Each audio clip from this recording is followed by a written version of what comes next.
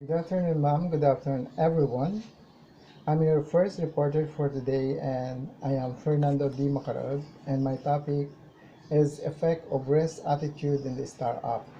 So we are talking about the startup and the risk attitude. So according to Stuart Groth and Minor Ruhu, find that there are large differences between entrepreneurs' primary goal is venture growth, those focus in producing family income. So when you say primary goals is the venture growth, it is about the focus of producing family income. So, but according to Black, expanded the distinction by comparing opportunity and necessity motivation about simple and entrepreneur through emails and questionnaire, asking participants to show the willingness to take the risk startup, the amount invest and hypothetical investment lottery. So when you say startup, it is about the first stage of the company or the business, which is we don't know what is the result or what is the long run of the business. We don't have any idea about the business, and this one is we can know about this one through email and some question or email from the media. So, according to Palex Bugby 1995, risk attitudes can be separated from over-optimism and overconfidence in measurement and distinction is theoretically Farker. So, when you say distinction, it is all about the um, impact and the measurement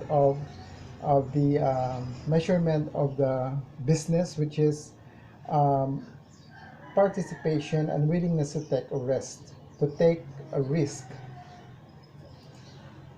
So Kramer say 2000 consider 1,500 individuals from 1952 to 1983, 1993 for long-time span entrepreneur choices to come out while found about the study of evidence the risk aversion reduced entrepreneur. So when you say risk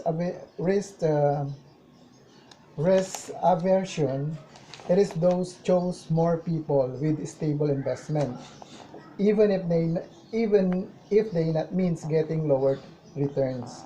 So this is certainly not negatively to and some people being risk averse and be a smart move. So of course, sabi nga dyan, it will reduce entrepreneur entry. If there are settings that they have this kind of arrangement, so the entry will be less to join or to participate the uh, business. And that is about the risk aversion. So according to Goral and Atsan, a random sample of 404 university students who intend and start their own business ventures show the higher risk-taking propensity than non-inclined student. So when you say it's about random, if you choose random sample, but it's a specific knowledge, then you don't even know what is the result. It means this is a big and higher risk taking. Propensity is just a gamble that no specific result. And propensity also is analysis. It is statistical approach that attempt to reduce selection, bias unknown, and combining and observation study. There are five propensity score matching. So we have to collect data, estimate propensity score, match found, record, evaluate matching, evaluate treatment effect on the outcome. So there are the types of propensity, and we have to consider about the five step of this uh, matching. So 2010 found relative risk tolerance has large positive and statistically significant effect. The probability of entering self-employment an individual with higher level risk or tolerance and the more likely to enter employment. So according to To Anne, self-employment refers to working for oneself rather than working for a specific employer, whose pay them a salary.